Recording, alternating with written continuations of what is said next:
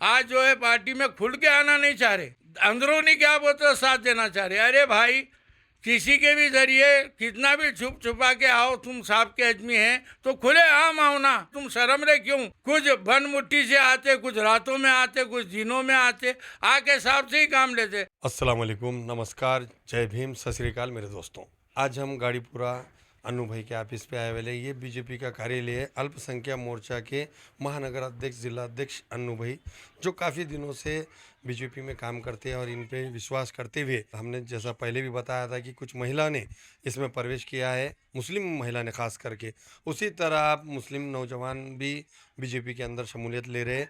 और जिस तरीके से कोई लोग जिस तरह डराते हैं कि बीजेपी मुसलमानों की दुश्मन है और डराए रखते हैं और ख़ुद कायद है, इस तरीके का घोषणा करते हैं, तो उस कायद को भी हमने देखा है कि किस तरीके से रात के अंधेरे में अशोक चौहान के घर पे जाकर मिलते हैं, पीछे के दरवाजे से जाते हैं, वोट करते हैं, फिर बोलते हैं बीजेपी दुश्मन है। लोगों को समझ में आ गया।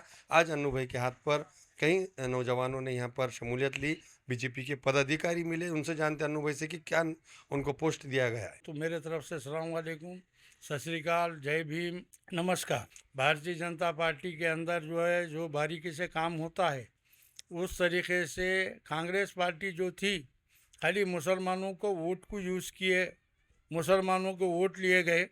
मैं भी कांग्रेस में था, कांग्रेस में शहर उपाध्यक्ष था, पर जो है, मैं जैसा श्रीमान अशोक राव जी चौहान साहब भारतीय जनता पार्टी प्रवेश हुए, मैंने पार्टी में प्रवेश हुआ, मेरे को मालूम है कि नांदेड़ का विकास सिर्फ और सिर्फ श्रीमान अशोक राव जी चौहान, अमरनाथ जी राजूरकर साहब करते हैं। क्योंकि राजा, नांदेड़ शहर का जो राजा है वो है श्रीमान अशोक राव जी चौहान साहब, और उनके वज़ीर है श्रीमान अमरनाथ जी राजूरकर साहब।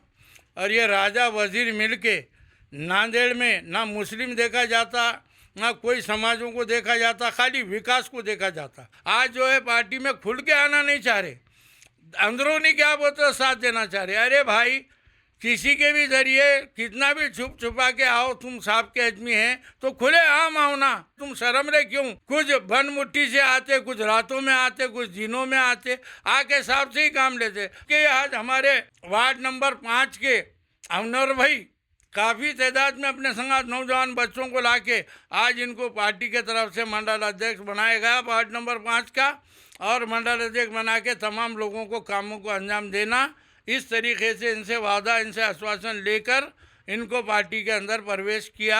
श्रीमान अशोक राव जी चौहान, अमरनाथ जी राजूरकर साहब, गुप्त छड़े साहब, कोटगे साहब, चैतन्य बाबू देशमुख। ये नौजवान बच्चे, क्या कारण था भाजपा में प्रवेश? अभी बीजेपी का जो जो नेतृत्व है, समझो उनका जो विकास है, विकास का एजेंडा है, उसको देखते हुए मैंने बीजेपी में प्रवेश किया है। क्योंकि अभी गवर्नमेंट, अभी सरकार सेंट्रल में भी वही है, महाराष्ट्र में भी वही है, और अपनी महानगर पालिका की भी सत्ता बीजेपी की है। सत्ता को जिसकी होती है वही विकास कर सकता है, इसीलिए मैंने बीजेपी में प्रवेश किया है। जो प्रगति है, समझो नांदेड़ की प्रगति या विकास जो है, वो बीजेपी ही कर सकती है, इसके लिए मैंने बीजेपी में प्रवेश किया है।